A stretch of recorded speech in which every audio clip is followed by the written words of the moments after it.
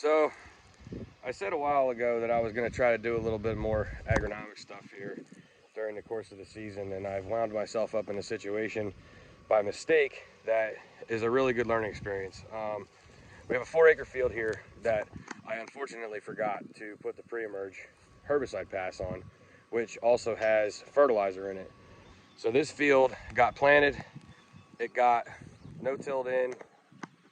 We're standing right now somewhere in the mid 20s on a stand, so like anywhere from 22 to 28,000 depending on where you're at. It didn't come up that great. After this got planted, we had a decent bit of rain, cold weather.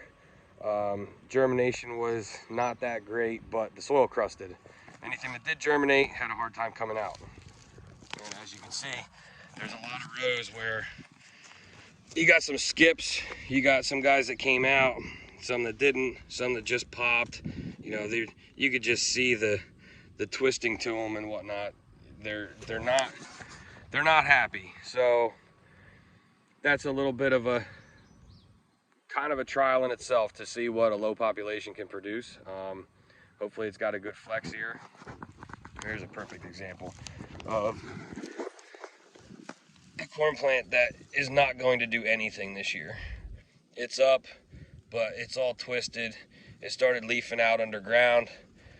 Not happy. But this, you can see, we're pretty dry.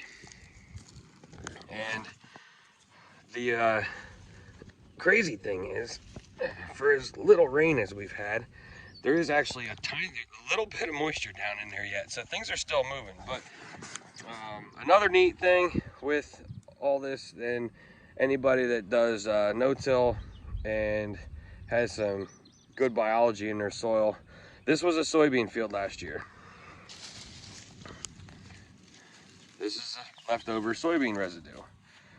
When I'm walking through the field and I'm finding corn cobs, that's a telltale sign that the ground is not decomposing your residue like it should be.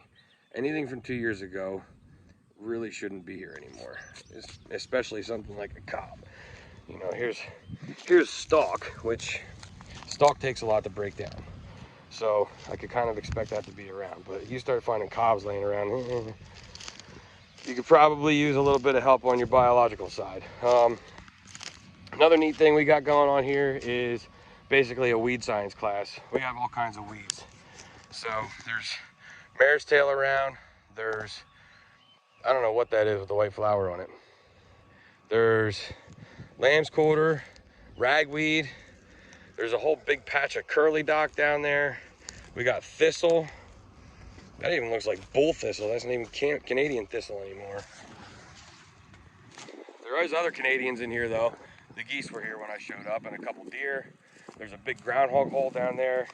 There was so many groundhogs on this property last year that they ate off 5 acres of soybeans, clean right to the ground. So hopefully they don't decide to do that to the corn this year. But being that this missed the herbicide pass, I came back now with a post-emerge mix of a couple different things, a little bit of residual herbicide, a little bit of contact herbicide to get rid of all these weeds that are out here. They can stop competing, especially since it's so dry. You don't want anything to rob moisture from the crop. And they're gonna lay down and basically just be almost like a cover crop, I guess, because it's so thick. And the fertilizer that was supposed to be in that first pass is now going to get moved later on, and we'll either spread it on dry or put the drop tubes on the sprayer and put it in between the rows that way with liquid. It's going to be kind of neat to see. You know, the planter got its fertilizer down between the starter in furrow and the it dribbles some nitrogen, about 15 gallon the acre, down on either side of the row, which without any rain it doesn't get soaked in. So we got all kinds of cool stuff happening in this field. This is going to be a neat one to watch during the course of the season, and I'm lucky enough that it's not that far from home for me, and I can stop in once in a while and see how things are doing. But it's going to also be neat to see, I don't know if you can tell, but over there, that field got sprayed. So it got the extra nitrogen up front. It all the weeds died. It's going to be kind of a little bit of a trial and error thing. Look, see what happens between these two fields, and you never know. If for some reason this field yields, which I really don't think it will, as well as that one does, you can maybe try to change your management a little bit, because if we can move that nitrogen pass from, like, you'll still do the pre-emerge pass, but if you can move that nitrogen fertilizer later into the season and still get the same yield, you're going to make out on top, because it's almost, with us being as light as soils as they are, and then when it's dry, you broadcast that on top, most of it volatilizes. If it rains too much, it leaches. So if you can move that back into the season and put it there when the plant needs it, you're going to be better off. And that's going to be a good test here to see if that's something that we can kind of keep doing, and it saves a lot of time with this thing too, because if I can put 25 gallon to the acre, I'm getting 40 acres to a load.